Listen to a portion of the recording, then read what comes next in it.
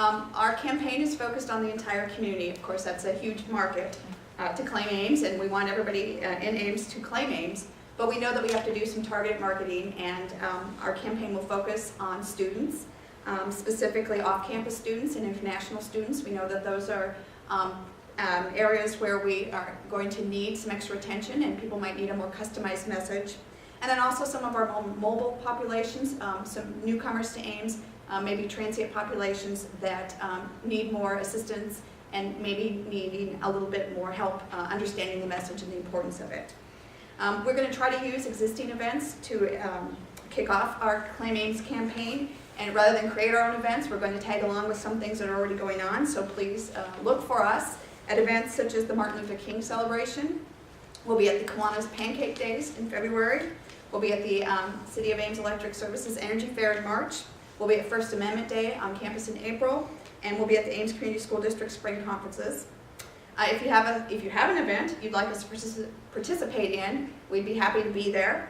If you are a part of an organization that would like a speaker or would like to get involved in the census, please contact my office. We're really looking forward to getting the entire community involved in this campaign. It's going to take every single one of us working as hard as we can, reaching out to those around us to make this a success, and I'm confident that we can do that. We roughly will need about 1,000 people working out of the Ames local census office. The jobs are pretty much census taker, but they vary in terms of the title and also the pay. But we have positions all the way from office work at about $9 an hour up to a field operations supervisor, which is at about $14.50. In order to qualify for these jobs, individuals must take a 30-minute test that has about 29 questions on it, so it's about a minute per question or something like that.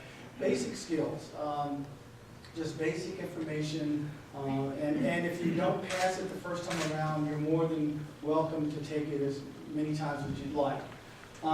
These positions are temporary and will last probably until the end of July or so, when we finish with our operation called non-response follow-up, or as I should call it, complete count follow-up.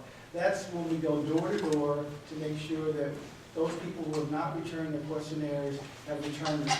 This is a very expensive operation, so really you are doing the right thing, Mayor Carroll and others here, to really get out the word and talk about Claim Ames before that, because for every 1% response that we don't get back, it's about $90 to $80 million for us to go out, to go door to door, to visit a household up to 6 times to get a response from whoever may live there, or the next best information is for us to go to someone in the neighborhood and ask them. So it's really important to get the person who the questionnaire is mailed to fill out the census questionnaire. May non-citizens apply for these jobs? Yes, they may apply, but only after we have exhausted all U.S. citizens, and especially those that may speak a particular language. And our hiring non-citizens is based on them having an ability or cultural awareness to respond and relate to a particular population. But for the most part, we hire citizens, but not completely in cases where we may have a special need for language or culture. Just wanted to reiterate that, the university here is about a half of the city's population. So we have some partnership programs, and hopefully we're working very closely with the university, who's a little bit ahead of us, which is a good thing. We have lots of information that we can supply to the university on census on campus, and also at the other level of the education spectrum, census in the schools.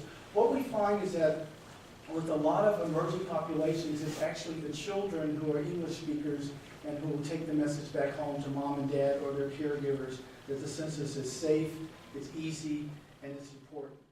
It is totally confidential, but extremely important. So if you happen to know anybody, for example, who has too many people living in a residence, the City of Ames is not going to learn that as a result of census being taken. If you happen to be an undocumented worker living in Ames, the City of Ames or the immigration authorities are not going to learn this. So I think the emphasis that the flow of information is directly to the Census Bureau, and then that important information gets fed back to us.